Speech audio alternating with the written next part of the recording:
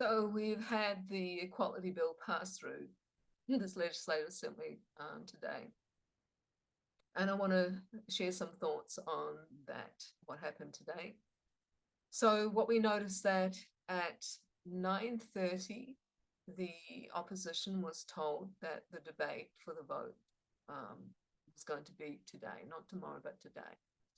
And then at 11:15, they were given 66 amendments of the changes to the bill then. So 2 hours told they were going to debate, and 2 hours later, about a couple of hours nearly, they were given 66 amendments to a very complex bill. And we put bill breakdown together, bill-breakdown.com together. It took ages to go through and decipher exactly what that bill was about, because it's so deceptive in the languaging, and the pitch and the explanation of it is not what the bill actually represents. So they've got 66 amendments and they're supposed to vote on it today. So that was a joke, just and a half.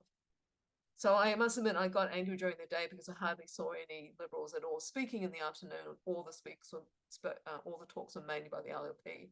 But from what I understand later on is they were just taking that time to look at the damn bill. So there was no time to talk about it. They had to find out what were the changes in the amendments. It's incredibly dishonest. What I noticed too is that, and if you look at those amendments and you compare it with the last bill change, which was done on Saturday, so it was fair for them to think that having you given the bill on Saturday, that you at least have to Saturday to now, to Wednesday to work with. It wouldn't change again, but they would change it again just a few hours before the vote was taken. So one thing I noticed though with all the ALP talkers, despite the complexity of the bill, they had the same talking points. I noticed they had talking points of no harm was done. They had talking points about parental orders or something. Can't remember the exact term relating to the commercial surrogacy. They had this phrase equality for all. They had the phrase of how wrong it was to out, and how sex work was the sex work section 15 and AB was now a good thing. So I want to go through the talking points because they never really talked about the bill at all, what it really contains, but they had these common talking points. And I got to say, I wasn't impressed with the particular intelligence of the LLP meeting, nor was I impressed with a woman coming in, Jenny Leong, with a hate shirt, with a shirt saying no TERFs on our turf. How do you get a minister having that kind of hate speech on their t-shirts in a Parliament House? Ask me that. So no harm done, that's a joke, isn't it? I had heard 4 speakers talk about that, no harm done. I must admit, I just I turned off a lot of this thing because I was just repeating the same talking points. So no harm done. When they had, during the afternoon, one of the Liberal speakers talked about women in prisons and rape crisis centres. A man spoke about the harm of any man coming into a change room. And that's the situation. Situation is now that a man can't be discriminated against because he's got a beard and he looks like a man if he sees as a woman. And if he's in a woman's place, you have to assume that he is a woman because he's in a woman's place. Okay.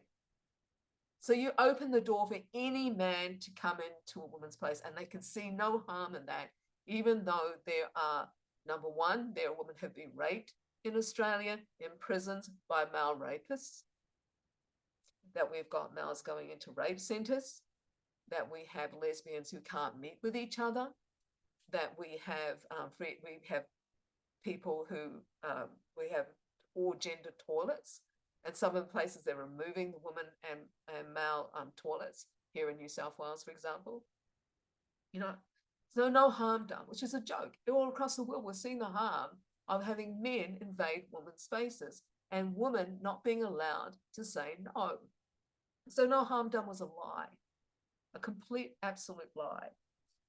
Then they've got the thing about the surrogacy. So that was a bullshit as well. Because what people don't understand is that commercial surrogacy is illegal in Australia. it's about $110,000 fine and so many years in jail. We've had at least 139 Australians break that law. And so they've broken the law and they come home with a baby.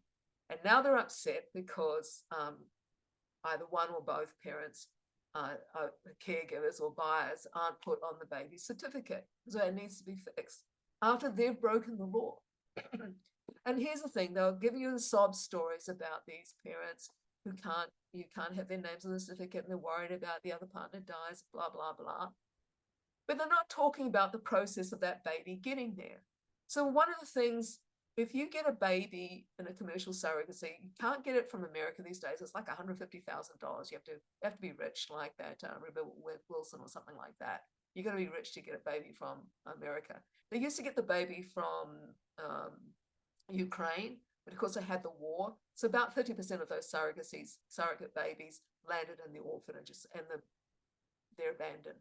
So they then bring the babies they then get the babies from Georgia, Thailand, and India, the most common places because it's cheaper. Now, Georgia is a small population. So what it does, it actually takes women from other poor countries and bring them over, no matter how disrupted it is, where they are basically housed for the time that they produce their baby, and what they eat is monitored, and they can't have any kind of relations. Everything is controlled. It's basically a new form of modern slavery. And they were told in the parliament at this today that there's still an ongoing inquiry about the fact that surrogacy involves modern slavery, but they're going to vote on it anyway. Okay. And then what they don't tell you that is because surrogacy, the IVF treatment, is still experimental, and because a mother's baby is unlikely to take an embryo from another mother or reject it, they usually implant 3 embryos in the mother. So what happens is you get often multiple births. So great, the babies are all paid for by the buyer. They give the buyer, I'm going to call them buyer, I'm not going to call them intended parents. I'm going to call buyer because this is what it is. It's a business transaction. They give the buyer one of the babies.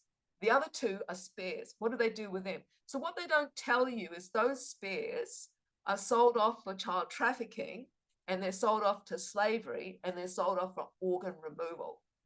That's what happens to them, okay? So we've got, in countries like Nigeria, they just call that whole industry where they force women to have babies, and they have modern slavery, and they have child trafficking, and they have, the organ removal. They just call it euphemistically the surrogacy industry. That's what it's known as. And in Thailand and India, etc., that is common as much because you've got poor women who will do anything for food and money. They don't talk about what happens when the mother who's got children and who's brought to be a surrogate, what happens to them when the mother's taken away from their home. This is the whole of a story around the surrogacy industry. So for them just to say it's all about parental authorities, orders, or whatever they call it, I can't remember the word. That's all it's about. And these poor parents who just want to have their names and say, they don't talk about the fact they broke the law. There were no consequences to that. And now we're just trying to fix it and make it nice for them. Okay. Tell me why that's a good thing. I've got to say very strongly that everything about the bill, challenge me on this, that this bill first and foremost is about industry and money, surrogacy industry, pushing women, pushing self-ID, and the whole that's tied up with the conversion practices bill, that's tied up with gender affirming care, which has also been pushed through with this as well. All that is about money. Tell me anything about this bill that's not about money, because one way or another it's supporting finances. And it just beggars belief that we have these lobbies like Equality Australia and ACON that lobby the government, and they're paid to lobby the government to make changes to laws that they want. So yeah, so they have the surrogacy and they have the parent orders. Then you've got this idea that they keep on saying is equality for all. Tell me please why it's equality. If a man can go into a woman's space, he's got everything, all he has to pay is about $125 will probably be the fee, tick a box, he becomes a man, he becomes a woman. He's going to be treated as a man. So he'll have all the best of the world as a man in his workplace and everything else. Trust me, they will. And then he also has a benefit of, you know, women's sports and women's change rooms and everything like that. He's a pervert. He's just got everything. It's for a measly little piece, measly fee and the smallest bit of administration. They lied and said, oh, look, you know, the lies made no sense. They're saying, well, you don't have to show our birth certificate when we go anywhere. No, no one does. No one does. And if you did need to do something that required a birth certificate, you do it online. What's a big deal? Okay, what is a big deal? Seriously. So there's nothing about equality to that. That's privilege. Now, I haven't double checked, you know, I've got to go through the bill and see what all the changes impacts now, and hopefully they're doing that as well.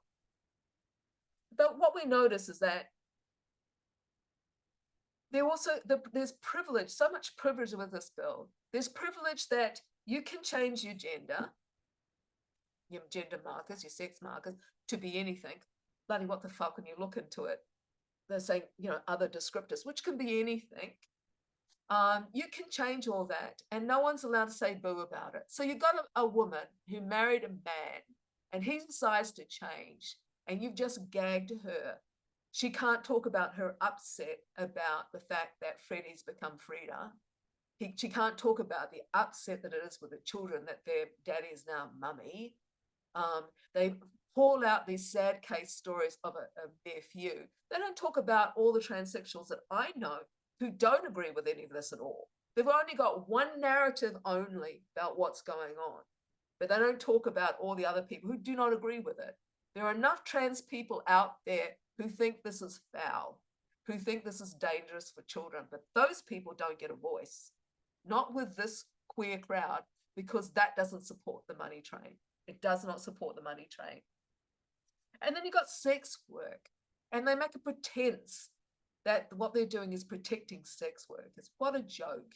I mean, it looks like, I don't know, because they'll probably bring in it later, that at least they're not removing all the summary offences. Now, all the summary offences, that section of the Equality Bill was about protecting prostitutes, sex workers, from not being exploited by pimps in the industry, that they'll be protected, they wouldn't be harmed.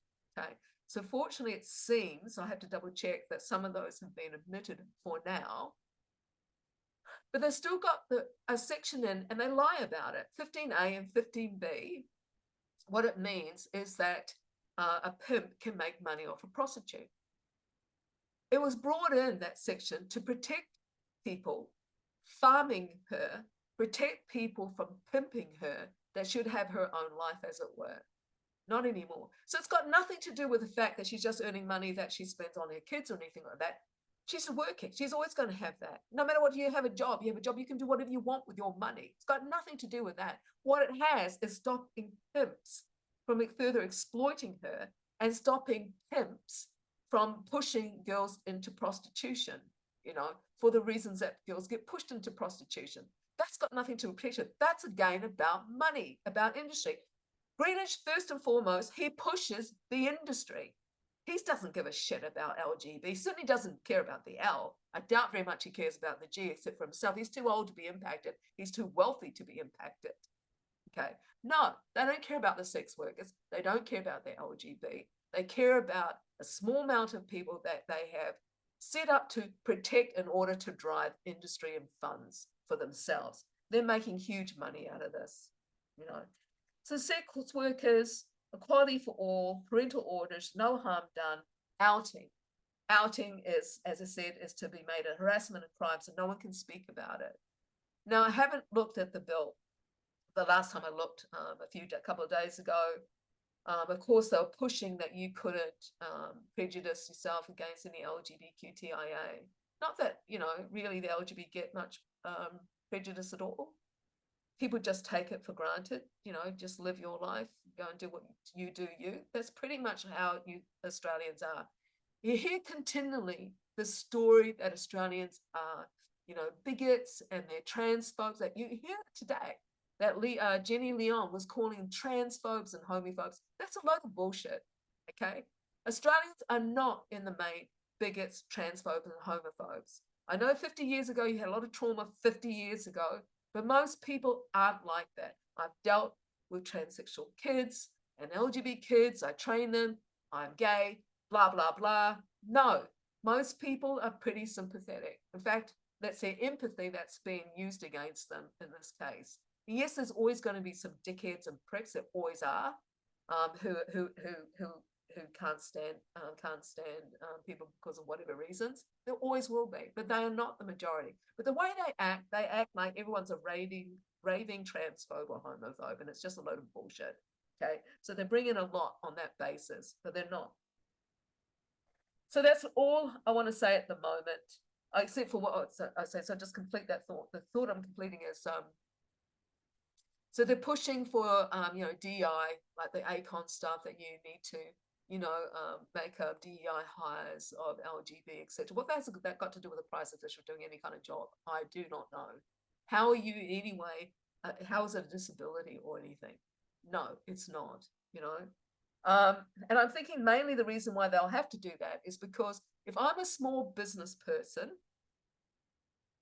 and I've got to hire someone that if they decide to go and do some further transitioning and surgery, and I'm going to have to fork out money for 30 days and pay them for it when they contribute nothing to me, I'm going to have a second thought about hiring them because I can't afford to. I'm a small business. I have to have people who are going to contribute so I can pay them. I can't be paying for their lifestyle. I can't afford it as a small business person. Now, the larger businesses have to do it too, because if you're running a larger business, you need more seed capital, you need more larger capital for big projects. So you're going to go to the big investment companies, State Street and Vanguard and BlackRock and all those bastards, so that you can get big amount of monies for big projects. So you're going to have to sign up to their DEI, their social credit, their ESG programs and all the rest of it. They have to get their big money. At least they can afford to do it. Okay, the small businesses and most businesses in Australia that pay tax that the government runs on is small businesses, not the large business, a small business. When I'm running my business full time, I paid more tax than bloody Vodafone as a one little small business owner. Okay, so you're going to have to put in laws to force people to take these people on, and then you're going to have to fork out all this money for them for their special treatment. There's nothing about equality to this. That's privilege. That's a special class.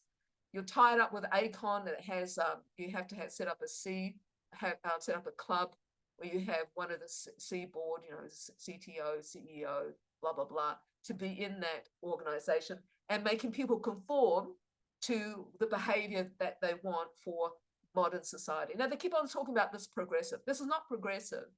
This is them pushing the society they want, because everybody else doesn't think it's progressive to put women in harm's way. They don't think it's progressive. I'm sure they don't think it's progressive that children should be sold off for child trafficking, that they should, after sex, when they've used them all up as little babies and children, to then farm them out for slavery or use them for body parts. Nobody thinks that's progressive, but these people are lying to us and think that they are.